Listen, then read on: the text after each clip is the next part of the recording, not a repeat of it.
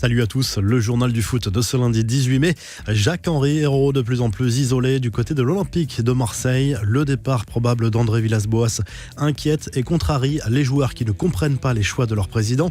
Même si rien n'est encore officiel, le technicien portugais est proche de la sortie depuis l'officialisation du départ de Zubizarreta. Le coach marseillais s'est entretenu avec certains cadres de l'équipe ces derniers jours pour les tenir au courant de la situation.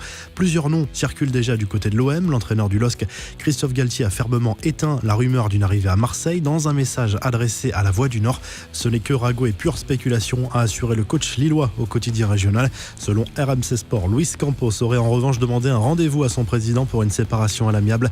Le conseiller sportif du LOSC ne devrait pas rejoindre l'OM en raison de ses relations jugées glaciales avec Jacques-Henri Hérault. En plus de Leonardo Jardim et Hervé Renard, le nom de Gabriel Heinze est également cité comme potentiel futur entraîneur de l'OM par la presse argentine.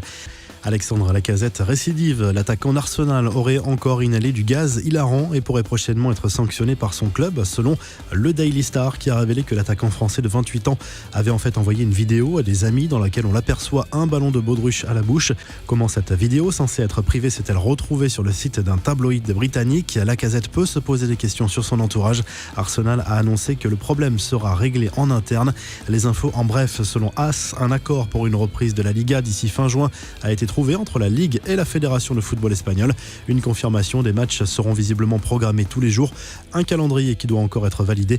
Un rythme effréné qui permettrait de boucler cette Liga 2019-2020 avant le 29 juillet. Une manière pour les clubs de toucher près de 550 millions d'euros de droits télé et compenser ainsi les pertes économiques. Zlatan Ibrahimovic garde la cote en Italie. L'entraîneur de Bologne, Sinisa Mihajlovic, a confié avoir échangé avec l'ancien Parisien en vue d'une éventuelle signature cet été. La tentation d'une fin de carrière en Suède n'est pas à exclure. Difficile en revanche d'imaginer un retour à Malmö, le club de ses débuts. Sa statue a été dégradée à de nombreuses reprises ces derniers mois à cause des investissements d'Ibrahimovic dans le club rival d'Hammarby. Selon un média suédois, la mairie de Malmö va d'ailleurs déplacer la statue qui était devant le stade du club pour la mettre dans un lieu plus discret. Le week-end a bien sûr été marqué par la reprise de la Bundesliga à huis clos et notamment cette interview lunaire d'Erling Haaland. L'attaquant de Dortmund n'est pas réputé pour être un bon client pour les médias, mais cette fois il a vraiment été fidèle à sa réputation. 4 questions, 8 mots en tout en réponse pour l'attaquant norvégien qui s'est contenté par exemple de répondre « Why not ?»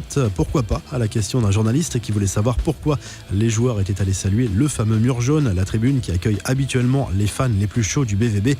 Et toujours concernant cette reprise du championnat allemand, un joueur a fait polémique en posant les mains sur le visage d'un coéquipier lors du match Hoffenheim-Hertha Berlin. Il s'agit de Boyata, défenseur belge, qui a dû s'excuser sur les réseaux sociaux après avoir enfreint les règles de distanciation. Ce n'était pas un bisou, pas non plus une célébration, a assuré le joueur du Hertha qui explique avoir voulu donner une consigne à son coéquipier. Gelson Martins n'est pas prêt de retrouver les pelouses de Ligue 1. La FFF a décidé que dans le cas des joueurs sanctionnés d'une suspension, la période allant du 13 mars au 30 juin ne sera pas prise en compte dans la peine compte tenu de l'arrêt des compétitions. Conséquence, le Monégasque suspendu pour 6 mois depuis février ne pourra pas rejouer avant le mois de novembre. Jean-Michel Aulas, encore lui, n'est pas du genre à lâcher prise. Dans une nouvelle lettre adressée dimanche à des parlementaires, le président de l'OL a répété son mécontentement face à l'arrêt définitif de la Ligue 1 et prévoit des pertes pouvant aller jusqu'à 900 millions d'euros pour le football français. Enfin, que les fans d'Alessandro Del Piero se rassurent, l'ancien international italien va bien, alors que certains se sont inquiétés en apprenant son hospitalisation, craignant notamment une contamination au Covid-19. Del Piero a révélé qu'il souffrait simplement de calculs rénaux. La revue de presse en Italie, la Gazzetta dello Sport consacre sa une au duo d'attaque de la Juve, Paolo Dybala, Cristiano Ronaldo. L'un représente l'avenir de la vieille dame et pourrait prolonger prochainement son contrat.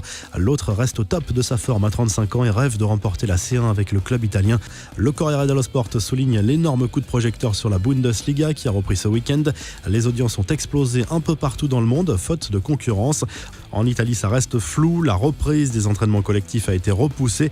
Direction l'Espagne avec la une du journal AS. Mbappé, Haaland, Hazard, ce serait l'attaque rêvée par le Real Madrid en 2021. Les dirigeants merengues veulent rajeunir leur effectif et cela passera notamment par de gros investissements en attaque. Enfin, le journal Sport parle du mercato. Un accord de principe aurait été trouvé entre le Barça et la Juve.